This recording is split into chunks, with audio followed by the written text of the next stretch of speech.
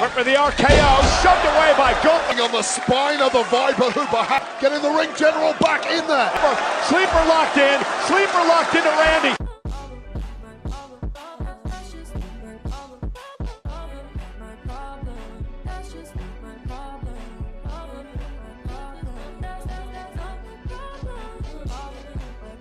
Hey, what's going on YouTube land? It's your boy TJ and welcome to my YouTube channel, Wrestling Nostalgia, where I get my reviews on WWE shows and PLE events. And today, we are going to be reviewing Bash at Berlin. But before I get into my review, just go ahead and give that thumbs up, a like, helps push my video through the algorithm. Without further ado, let's go ahead and get into my review of Bash at Berlin. So, Bash at Berlin, we start off with the WWE Championship match. Not gonna lie, was not looking forward to this match whatsoever. And it was a match. Let's go ahead and get into it. So they start off with the strength and like filling each other out, and Kevin Owens is basically dominating this match the first half. As the match picked up a little bit more, Cody Rhodes kind of got his offense in and he got his offense in. But then like towards like the middle of the match, Cody Rhodes tried to do like the big cutter off the top rope, but he ended up buckling his knee buckled, and then all of a sudden it looked like Kevin Owens was wanted to go after that knee, but he was all like, oh, well, that's my friend, you know, I can't do that. So then he told the referee to just go ahead and check up on Cody, and then this is when Cody said, I'm okay. So he wound up, you know, they trading off blows and things of that nature. Then he wound up going after the knee, and it looked like he was about to go for the powerbomb on the ring apron, but he was like, oh, I can't do it. He wound up throwing it back in the ring. They fight a little bit more, a little bit back and forth later. He winds up hitting his stunner, 1, 2, and then Cody kicks out. And I'm all like, oh, wow, you are quite the gloving for punishment, okay?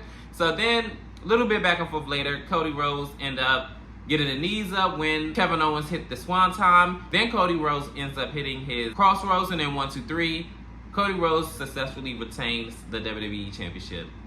And then the two embrace, you know, reluctantly on Kevin Owens' end, and the two leave arm in arm together or whatever. You know, it is what it is. I'm gonna be honest with you. I was not looking forward to this match, and I had no type of expectations or anything.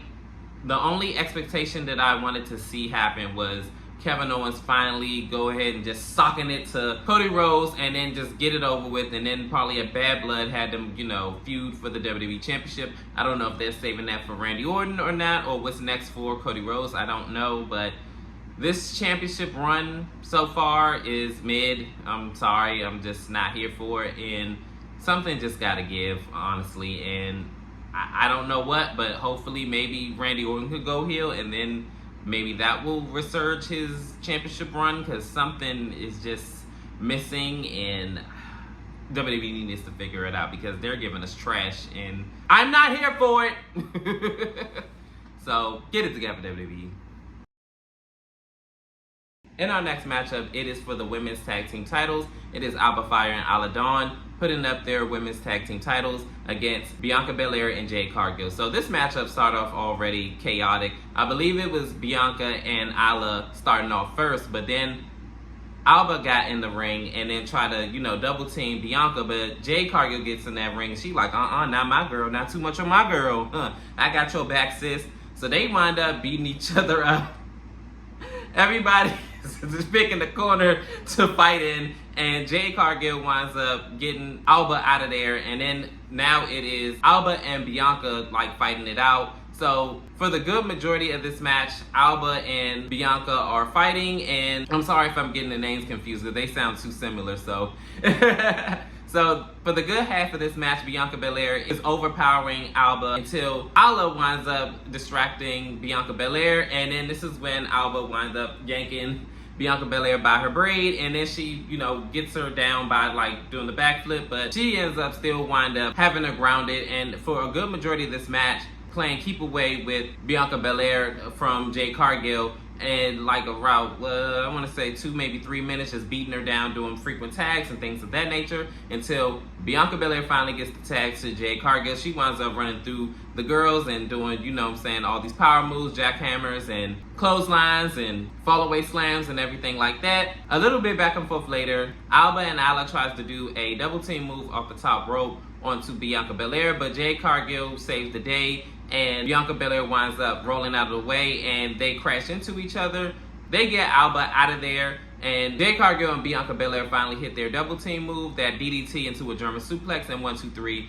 Jade Cargill and Bianca Belair are finally the new WWE Women's Tag Team Champions, which they should have never lost those titles in the first place. But hey, I'm not the booker, and they should have lost them probably like after WrestleMania, like Backlash or something like that. But again, like I said, I'm not the booker, but if it was me, they would have never got those championships until next year. So congratulations to Bianca and Jade Cargill. I was definitely looking forward to this match. I was actually disappointed when they lost the tag team titles. I wanted them to have a long run, and hopefully they do. And also, I gotta say this before I end this video.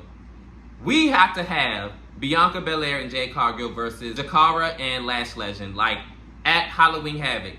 That has to happen. That has to happen. That has to happen next month. I'm not playing, because y'all sit up there and was playing with us in our face. Y'all sit up there and had Jakara and Lash Legend going against Unholy Union, aka Alba Fyre and Isla Dawn. And you know that's not what we wanted, WWE. You know what we wanted. And you want to sit up there and play in our face and had it just... It better happen at Halloween Havoc, or we gonna have Triple H. You better count your days, okay? You better count your days, bitch! Cause I'm not playing, cause I'm not around with you. I'm not around with you. Let me just go ahead and end this. In our next matchup, it is a strap match between CM Punk and Drew McIntyre. Oh my goodness, this already started off crazy. Like, Drew McIntyre is a man on a mission. He already, like, while CM Punk all like, yeah, best in the world, woo! He wound up hitting him from the back, and then from there, he just beating him up on the outside and the inside of the ring, hitting him with the strap, and then finally got him, you know, strapped together, and then the match is underway. He winds up hitting him with the strap over and over and over again, and he just beating him down. CM Punk finally hits the go to sleep or whatever, and then it looks like he's about to, you know, hit the corners of the ring, because that's how you win the match with the strap match. So he all like, nah, he wind up, you know, still hitting him with the strap or whatever. They wind up on the outside of the ring. This is when they wind up fighting on the outside, and then Drew McIntyre looks like he's about to go ahead and hit the Future Shock DDT, but CM Punk reverses it, and then CM Punk wind up setting up a table of his own. He wind up getting back in the ring, and they had like a couple of spots here and there. I remember at one point, Drew McIntyre had a chair set up in the turnbuckle, which was his own detriment, because when he wound up getting CM Punk down, and then he wound up hitting the turnbuckles, he wound up running into the turnbuckle he set the chair up in and knocked him out. So then a little bit back and forth later, Drew McIntyre wound up slamming CM Punk through the table, and I was like, oh man, that was his own detriment too. Like, these dudes are just loving for punishment. But like during the middle of the match, or like a little bit towards the end, Drew McIntyre wound up taking the bracelet of CM Punk's out of his trunks, and I'm all like, okay. That's pretty interesting. That's really nasty work, but hey, he winds up putting it on. But towards the end of the match, CM Punk finally gets to go to sleep, I believe like 4 times during this match. I was like, goodness gracious, how many times he gonna hit him with this? So then the very last one that he hit, he winds up hitting all 4 corners of the turnbuckle, and then he finally puts this rivalry to rest, allegedly. But CM Punk wins this match. I wonder where they're gonna go from here. I have a good hunch that possibly at Bad Blood, they're going to be in the Hell in a Cell match. I actually do really want to see that and have it end at Hell in a Cell. I would actually want that to be the main event too. Like, I do feel like they definitely earned that, and I'll definitely be here for it. But we got to see what WWE is going to be cooking up with them. But from what I heard, CM Punk said that he wants the world title from Gunther. I don't know why. I just don't feel like it's the time yet. I don't feel like he's going to go after that title yet. It'll probably be the next PLE event after Bad Blood, but we just gotta wait and see what's gonna happen in the upcoming weeks on Raw. In our next matchup, it is a mixed tag match. It is Liv Morgan and Dominic Mysterio versus Damian Priest and Rhea Ripley.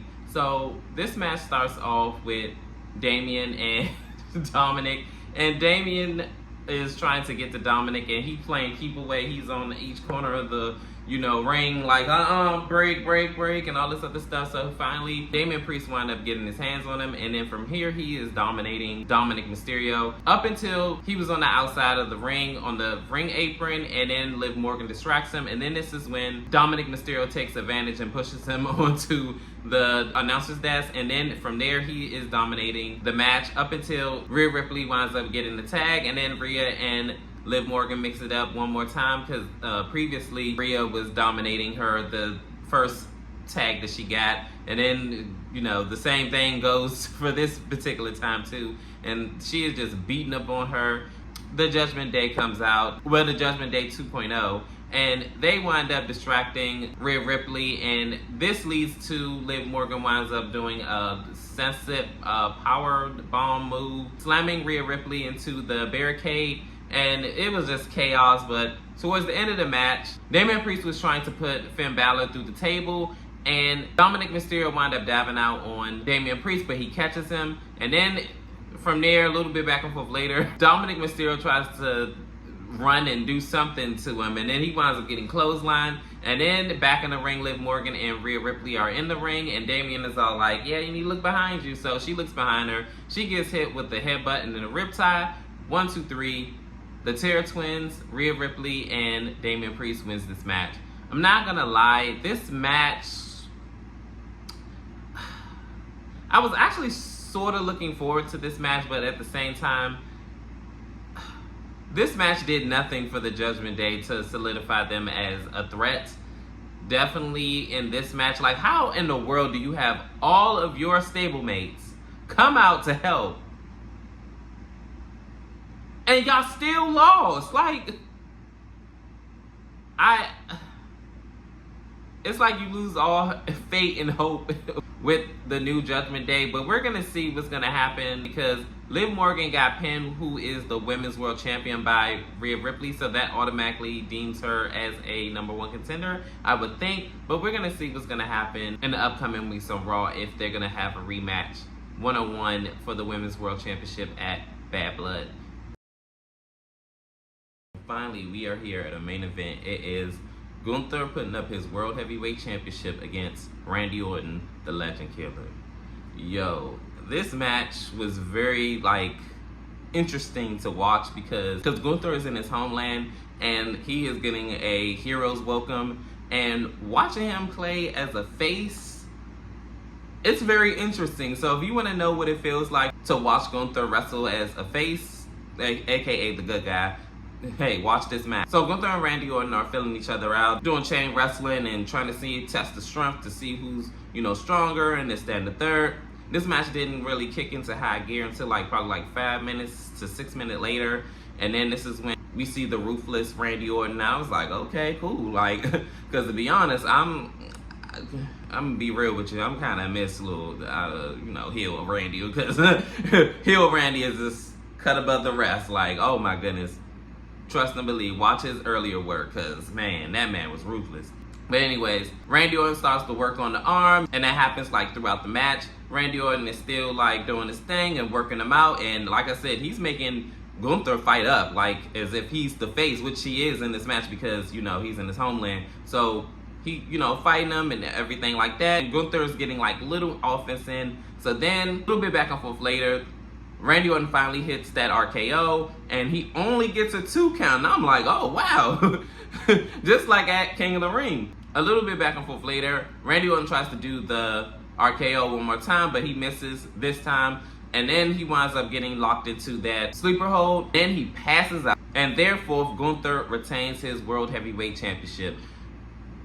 I knew that Gunther was gonna win this match, but I didn't know he was gonna make Randy pass out. That's actually very interesting finish. But after the match, Randy Orton just go ahead and shakes Gunther's hand like a man, and then they part ways, and Gunther is left in the ring celebrating, and that ends the night. So Bash at Berlin, I'm not gonna lie, was kind of mid to me, only because I don't know what's up with Triple H and this whole booking 5 matches thing, but he needs to stop that, because stop waiting until WrestleMania or these big PLE events to put more matches on the card, because I'm becoming slowly disinterested in seeing only 5 matches at a time. But other than that, I mean, this is a pretty decent show. Like, I was only looking forward for probably like 3 matches, I want to say 3.5.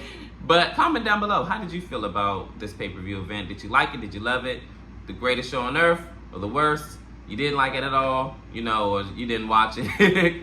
Comment down below. And as always, like, share, subscribe, and help me grow this channel. Your love and support is always welcome and appreciated. And peace, TJ, I'm out. You're so pretty.